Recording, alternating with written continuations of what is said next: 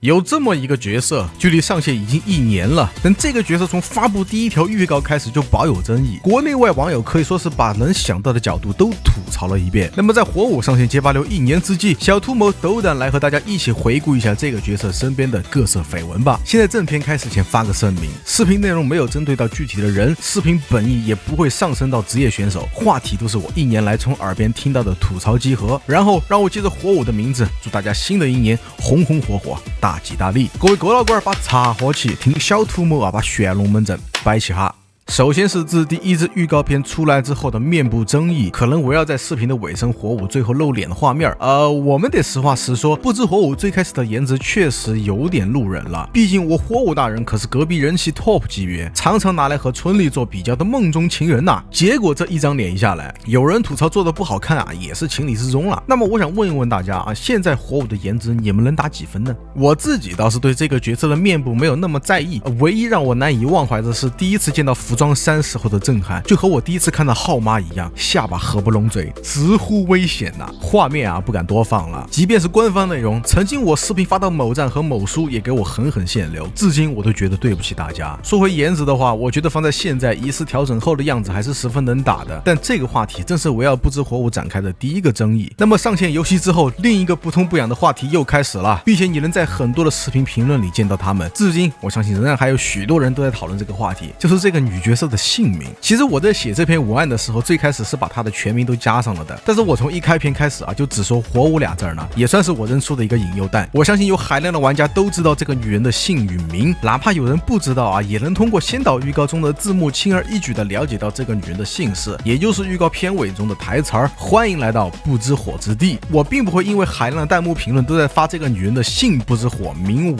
而產生什麼樣的情緒，而實際上為什麼我們習慣叫她火舞正是因為我們日常溝通中的習慣而已。起碼我在川渝地區的話，都很少見到別人只用一個字兒的情況，並且火舞的發音是一種扁平往下的感覺，這就讓我們在一些溝通的情況下只說舞這一個字啊，就顯得有點別扭。當然，這不能以偏概全的找借口，我的影視老師稱呼我也是只用一個字兒。至於大家是真的不知道不知火舞嗎？我想啊，更多只是方便我們說的時候更順口吧。這個名字的爭議，你仍然能在許多相關視頻中見到這樣的聲音。我自己啊，倒不太在意是不是非要說一個字兒還是2個字兒。我想啊，只是這樣糾正的聲音大過了遊戲內容本身，才引起了大夥兒的逆反心理吧。那麼終於來到了遊戲內容本身了。這個角色在我們剛玩到的那幾天，就有人開始談論到這個角色沒有加增技，所以可能沒有想象中那麼強。但實際上一個角色的基礎參數夠不夠優秀，不只是看他的拳腳加不加增的。這裡我斗膽分享一下我自己在分析預告片和試玩時來鑑定的角色初始強度的幾個視角。首先是用肉眼去看角色招式的發生速度和距離，速度越快距離越長，这意味着你能用这一招在立回的过程中尽可能拿到更多的優勢。比如大家想想揭秘的大部分拳脚和春麗的大部分拳脚，对吧？第一眼看到距離之後呢，可以着重觀察拳腳之後的後續表現。比如同樣用春麗的站中拳和龍的站中拳做對比，儘管距離上春麗有着絕對的優勢，但後續的表現中，春麗要用重拳去確認對手各種 counter 的情況，用出不同的處理方式。然而龍的重拳儘管拳腳稍微短了一點，但是可以只確認有沒有打中，並且附帶取消屬性啊，不需要像春麗那樣進構，哪怕不確認都可以複合重驢踢或者虛電推波掌等等。所以除了觀察速度和距離以外，也要去留意招式後續的處理。然後我們再看角色的移動性能，這個地方啊，一般也能確定這個角色的大體方針。速度快的自然而然強調快速進攻，速度慢的強調機會與回報。雖然這也不能以偏概全，但大體上問題不是很大。接下來我們再看技能表現，這個要除了第一時間看預告以外，還要後期進入訓練房嘗試。不過呢，這個先不妨延伸哈，因為這個聯繫到這個角色爭議最大的重量級議題，待會兒我們詳細聊。最後我們再等到角色上線後呢，在訓練房或者官網查閱數據，看看帧數上的表現，就能有更多的對這個角色的認知。綜合以上我列出的幾個方向呢，去分析這一個角色的話，大體上你的理解就不會太脫離大方向了。所以我們再來看這個議題，火舞沒有加增技，所以不太立得住腳。火舞絕大部分的拳腳都有着其他許多角色的優點。簡單舉例啊，如阿鬼的中拳的 Plus 版，動作和速度相似，但是普通情況下打中可以接後續，但是阿鬼不行。還有朱莉的重腳 Plus 版，卻反抗朱莉大部分就是一發升龍，但是火舞可以銜接更多的後續與不同的處理方法，並且怎麼按被防防都是安全的。中拳和重拳都分別有16帧和17帧的取消確認時間，這個雖然比龍和肯短一點點，但實際上這個速度正是曾經街霸5比較標準的確認時間。雖然這些都不加幀，但在實戰中你用來處理不同的情況比如搶招賣血相殺、後走插合等等情況你就會發現它好像比好多角色都要優秀一點。綠中後拳腳的表現也十分出彩，速度又快又粘人，節奏稍微不對你就會被火舞大人的身法給困住。篇幅原因就不詳細展開了，只是給大家舉例火舞的冰山一角。但這些例子用其他一些角色做對比的話，哪怕你仍然覺得這個角色不賴，但你也得承認他的參數起碼是能勝過或者不輸於絕大部分角色的吧。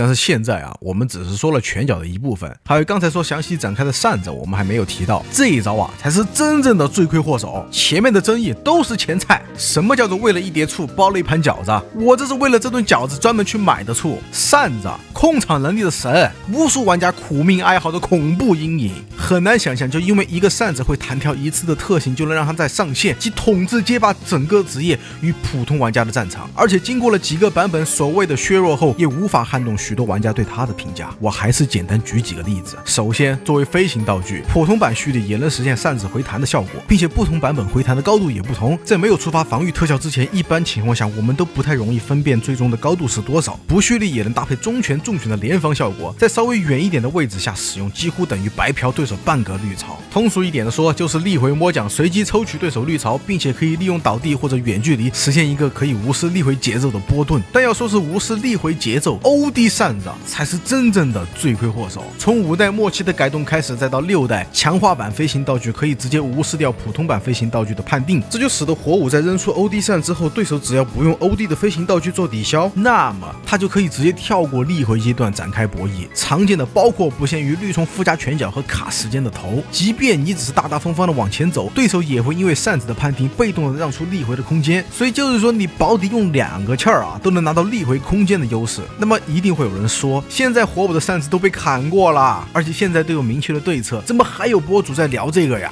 儘管我們已經舉例了火舞的冰山一角，但宏觀來看，卡普空也覺得這個角色有點太賴了，於是在這1年裡進行了一定程度的削弱。不過這個程度能量化嗎？也就相當於平時我們剪指甲的程度吧。在陸續的版本裡，火舞差不多經歷了3次左右的如削。總結一下就是這3次削弱只是讓一個10分逆天的角色稍微絆了一跤而已，但依然難以影響他在強度榜單中的地位。主要是削弱了重拳重腳的揮空、擊退距離、資源回收以及沒收綠槽的能力，還有扇子的資源回收、削弱綠槽和幾乎感覺不到的射擊光擴大。SAE 必須動畫完了才能增加 buff， 以及最近才改動的板邊頭前的話無法通過前後走晃拆了。當然這些都是我快速總結的，還有一些不痛不癢的都沒有什麼必要提了。一眼看下來，似乎削弱的項目挺多，實則這些有關資源回收和削弱綠槽的調整都只是讓對手多活幾秒鐘而已。然而扇子似乎是從第2次改動開始 ，OD 版本在觸發彈射之後呢，距離變得更遠了。儘管這項改動呢，一定程度挽救了受害者一點點的存活空間，但扇子的對策是相對動態的，唯一比較有優勢的對策呢是金防。好吧，都是金防了，那還能說啥呢？我們首先默認所有職業玩家都是金防怪吧，那我們普通玩家該怎麼辦呢？那我們再排除路人王的情況下，新手玩家和入門玩家該怎麼辦呢？火舞只需要扔個扇子就好了，而對手要做的事情就多了。好了，儘管這個板塊的篇幅呢花了很多的文字去闡釋火舞背後爭論的原因，但實際上火舞到底賴不賴相信每個和這個角色對戰過的受害者一定都有自己的答案。現在從排位出場率來看不再像前半年那麼誇張，但又因為火舞扇子的特性，在很多時候好像是有點不講道理的。不過再等1個月，似乎會迎來一次大改。大家覺得不知火舞這個角色應該怎麼調整才是最合適的呢？你喜歡用這個角色嗎？你有喜歡和這個角色進行對戰嗎？彈幕評論告訴我。以上就是我為大家總結了火舞在這1年裡遇到的爭議。如果你還有任何想要補充或者指正的內容，歡迎大夥留言友善討論，並且再一次祝大家2026新年快樂。最後一個問題，如果我不是禿頭，你還願叫我一聲藝術家嗎？我是禿頭，一位草根藝術愛好者，我們下期再見 ，Adios。